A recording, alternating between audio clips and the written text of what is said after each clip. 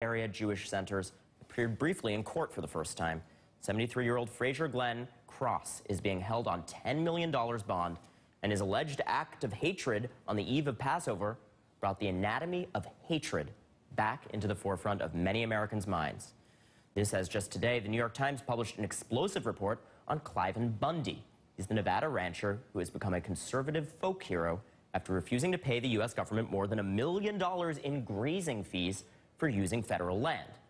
The Times reports that he went on a tirade against African Americans during one of his daily briefings over the weekend, saying, quote, "They were basically on government subsidy, so now what do? They abort their young children, they put their young men in jail because they never learned how to pick cotton. And I've often wondered, are they better off as slaves picking cotton and having a family life and doing things, or are they better off under government subsidy? They didn't get no more freedom, they got less freedom." So some measured, sensitive comments about race there. Joining me now is Richard Cohen, President and CEO of the Southern Poverty Law Center. Richard, thank you for being here. Over the weekend, for having me, Ronan. Bundy was honored at a party with 1,500 people in attendance. He got cheers. One supporter reportedly said, quote, "This is the beginning of taking America back." What do they think they're taking America back from, do you think? You know, there's this idea that the federal government is overreaching, that there's this plot to subvert the United States sovereignty into a new world order. You know, we saw the same thing in the 90s during the Clinton administration. It culminated in an explosive growth of militia groups and the bombing of the Oklahoma City office building, killing 168 people. And we're seeing kind of a reprise of that now that we have another relatively liberal president in office, President Obama. And of course, the issue of race is here now as well, much more in the forefront. One of the most interesting things about the reaction to Bundy has been the level of political support he's gotten. Although just this morning, through a spokesperson, there have been a number of actual pushbacks from the Hill. Senator Rand Paul, for instance, said through that spokesperson, his remarks on race are offensive, and I wholeheartedly disagree with him. So that's a strong statement there. But among the senators in Nevada, Republican Dean Heller called Bundy supporters patriots. Senate Majority Leader Harry Reid called them domestic terrorists, on the other hand. Where do you fall on that? What would you call these supporters rallying behind and giving political support to Bundy right now? Well, you know, they're playing a dangerous game. You know, hundreds of people have showed up to show support for him, carrying, you know, weapons and aiming them at federal officials. So it's a very, very dangerous game. Bundy's obviously not just a racist, he's a giant hypocrite. He talks about black people being subsidized, living on the dole.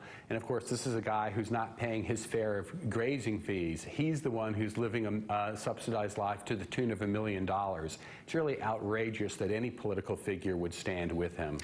As you mentioned, under the Clinton presidency, we did see similar activity with the militia of Montana right after the Oklahoma City bombings.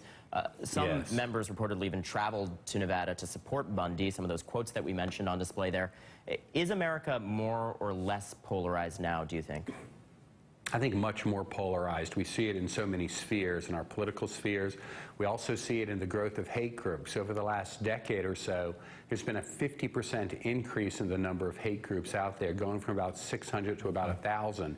And since Obama has been the president, the number of these kind of radical anti-government groups, militia types and whatnot, have grown from about 150 to about 1,000 in just a 5-year period. I think we're living in a very dangerous time, quite frankly, Ronan. And we actually have a pretty good visual illustration of that. To take a look at this map, based on data from your group, the Southern Poverty Law Center, which counted 939 active hate groups in the U.S. in 2013. The states in red that you see there had more than 20. Really shocking numbers. California at 77, Florida at 58 hate crimes, New Jersey at 44.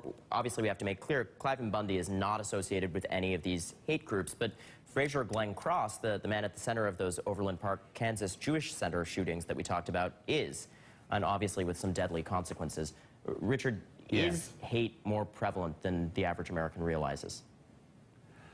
You know, I don't want to, the average American certainly doesn't have hate in their hearts, but there are some things coursing through our country that are pitting one group against another. Our changing demographics are upsetting some people. The economy is upsetting people. And so groups are being pitted more and more against one another.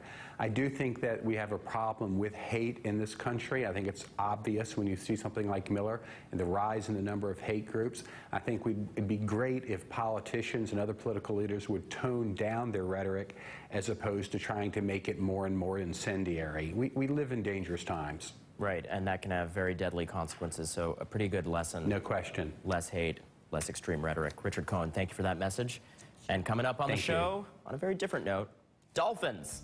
But up next beforehand,